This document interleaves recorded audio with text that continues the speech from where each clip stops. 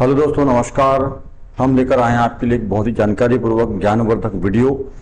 आपने MP PNST 2023 का exam दे दिया है। एग्जाम का जो डेट था वो एग्जाम डेट 7, 8, 9 जुलाई को 6 शिफ्ट में 3 दिनों में 6 शिफ्ट में ये पेपर हो चुके हैं। हम यहाँ पे बात कर रहे हैं टोटल जो सीट है उसके बारे में कि टोटल सीट कितनी है, और उसके बाद हम कट ऑफ जो रहेगा इस 2023 के लिए एमपी पीएनएसटी का, उसके बारे में बात करने वाले। तो मैं हूँ ओम पटले सर, आप देख रहे हैं ओम पटले सर J09 चैनल। यदि आपको जानकारी अच्छी लगती है चैनल को लाइक कर लीजिएगा। बहुत दिनों बाद हम आपसे मिल रहे हैं क्योंकि बीच में हम वीडियो लेकर नहीं आ पाए थे किसी कारणवश, तो अब ये वीडियो आप लोगों के लिए यहाँ पे लेके आए हैं। टोटल सीट्स आप एमपी पीएनएसटी 2023 जो टोटल सीट है वो क्या है। एग्जाम आपका हो चुका है 7, 8, 9 3 तारीख को 6 शिफ्ट में पेपर दे चुके हैं। बहुत सारे स्टूडेंट बैठे थे क्योंकि बहुत सारी सीट थी, पिछले सालों से अटकी हुई थी। एग्जाम एक साल लेट चल रहा था सब प्रोसेस।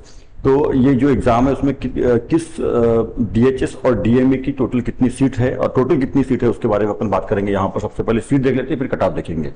तो कैटेगरी वाइज मैंने सीट यहाँ पे डिवाइड किया हुआ है। मतलब जो सर्कुलर में था, जो सीट आपकी है बटी हुई इस साल टोटल जो सीट है वो 1860 सीट है, जिसमें से 1050 सीट जो है डीएचएस की 1050 सीट है और डीएमए की 810 सीट है।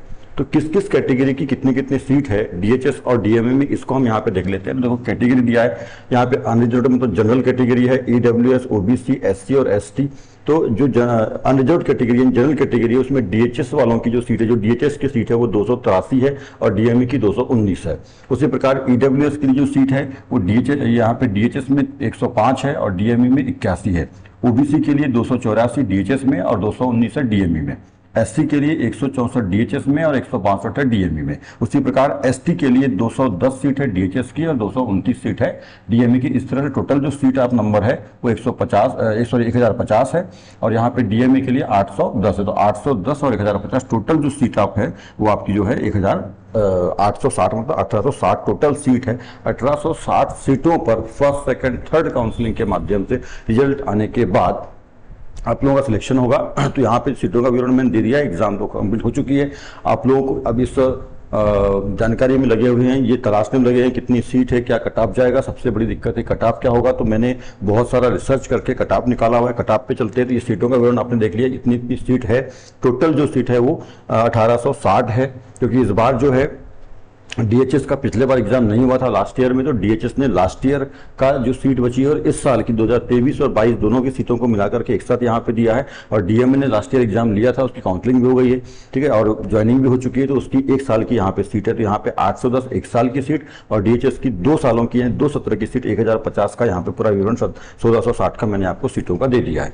अब हम चलते हैं कट ऑफ पर, ठीक है। देखो MP PNST exam 2023 approx cut off marks क्या रहेंगे। तो देखो यहाँ पे कैटेगरी आप देख रहे हो, जनरल मतलब अनरिजर्व्ड कैटेगरी है, यूआर है, ईडब्ल्यूएस है, ओबीसी है, एससी है, एसटी है। सभी महिलाओं के लिए है, पुरुष तो यहाँ पे है ही नहीं, तो बात ही नहीं है महिला पुरुष बांटने की, ठीक है। सबकी सभी जो सीटें महिलाओं के लिए, क्योंकि ये जो एग्जाम हुआ था केवल महिलाओं के लिए होता है। गवर्नमेंट बीएससी नर्सिंग ट्रेनिंग होती है, ये गवर्नमेंट जॉब है। यदि आपका एग्जाम निकल जाता है तो एग्जाम निकलने के बाद आप 4 साल का ट्रेनिंग कोर्स करेंगे। यदि आपका डीएचएस में सिलेक्शन होता है तो बिल्कुल फ्री है। डीएमई में होता है तो 28,000 रुपए पर साल की फीस रहती है और उसमें आपको 3,500 रुपए जो है स्टाइफंड या बोल दीजिए या वेतन बोल दीजिए वो हर महीने का मिलता है। 3,500 रुपए हर महीने आपको मिलेगा। उसी में से आप फीस को जो है 28,000 रुपए साल की पे कर सकते हैं, क्योंकि साल भर का जो 3,000 रुपए महीने के हिसाब से वो 42,000 रुपए मिलता है। इसमें से 28,000 रुपए और कुछ एक्सेस फीस मिला करके आपको लगभग वो फीस जमा करना पड़ता है। पर ये फीस केवल डीएमए के लिए होती है। डीएचएस टोटल फ्री है, डीएचएस में कोई भी फीस नहीं लगती है, बस थोड़ा मोड़ा खर्चा आता है जो आप लोगों को आसानी से वहन कर लेते हैं। फीस के नाम पर कोई फीस नहीं होती है। तो यहाँ पे हम मार्क्स देखेंगे, क्या मार्क्स हो सकते हैं 2023 के लिए। अप्रोक्स है ये, इसमें 3 से 4 नंबर का जो है फ्लक्चुएशन हो सकता है, ऊपर नीचे हो सकता है, डिक्रीज इंक्रीज हो सकता है। तो देखते हैं कि जनरल के लिए यानी यूआर के लिए क्या इस बार कट ऑफ रह सकता है। तो 80 से 85 प्लस बिल्कुल जनरल में श्योर है। जिनके 80 से ऊपर नंबर है वो बिल्कुल श्योर है, चाहे वो फर्स्ट काउंसलिंग में हो, सेकंड में हो, थर्ड में हो, या डीएचएस में हो या डीएमई में हो, ठीक है। ये इनका कट ऑफ रहेगा। तो जनरल का जो कट ऑफ है 80 से 85 रहेगा, ठीक है। ईडब्ल्यूएस का कट ऑफ 72 से 75 के बीच में रहेगा। ओबीसी का जो कट ऑफ है वो 68 से 75 के बीच में रहेगा। एसटी का जो कट ऑफ है वो 65 से 68 में, और एसटी का जो है वो 62 से 67 के बीच में रहने वाला है। यहाँ पे मैं आपको एक बार बता देना चाहता हूँ, यहाँ पे जो आप यदि ये वाले नंबर आपके हैं ये वाले नंबर फर्स्ट वाले, ठीक है। यदि जनरल वाले हैं अनरिजर्व्ड है 80 नंबर के, 80 नंबर प्लस है उसके, 80 के ऊपर नंबर है। ईडब्ल्यूएस वाले 72 के ऊपर हैं। यदि ओबीसी वाले 68 के ऊपर हैं, एससी वाले 65 के ऊपर हैं और एसटी की छात्राएं जो 62 नंबर के ऊपर हैं, तो ये लगभग 99% जो है, लगभग 99% श्योर हैं कि इनका फर्स्ट काउंसलिंग में या सेकेंड काउंसलिंग में या थर्ड काउंसलिंग में, डीएचएस में चाहे डीएमई में, कहीं ना कहीं किसी न किसी काउंसलिंग में बिल्कुल इनका सिलेक्शन हो जाएगा। ये 99% श्योर है। ये मेन नंबर है। मैंने यहाँ पे 4 से 5 नंबर का फ्लक्चुएशन रखा है, इसके बीच, इसके बीच। और मेरा ऐसा मानना है, मेरा जो एनालिसिस है इसके आधार पर मेरा मानना है कि 80 के ऊपर यदि जनरल कैटेगरी का कैंडिडेट है, लड़की है, और उसका 80 के ऊपर नंबर, तो श्योर सिलेक्शन उसका चाहे फर्स्ट काउंसलिंग में होगा, चाहे लास्ट काउंसलिंग में होगा, डीएचएस में मिलेगा, डीएमई मिलेगा, पर जरूर मिल जाएगा। ईडब्ल्यूएस 72 में, ओबीसी 68 के भी ऊपर है तो वो श्योर है, ठीक है, उसकी एक सीट कंफर्म है। एससी यदि है तो 65 के ऊपर और एसटी है तो 62 के ऊपर। ये जो नंबर है इसमें 1-2 नंबर का आगे पीछे हो सकता है, 1-2 नंबर का आगे पीछे हो सकता है। बाकी इसके ऊपर यदि नंबर है, जैसे मान लीजिए 85 है, यहाँ पे मैंने 80 रखा है, तो हो सकता है ये 78 पे क्लोज हो जाए। यदि 72 रखा है तो हो सकता है ये 70 पे हो जाए। कम में हो जाए अच्छी बात है, पर इसके ऊपर यदि नंबर है, इसके ऊपर यदि नंबर 99% श्योर है कि एक सीट आपकी है। तो ये देख लीजिए, आप एग्जाम देखे आ चुके हैं।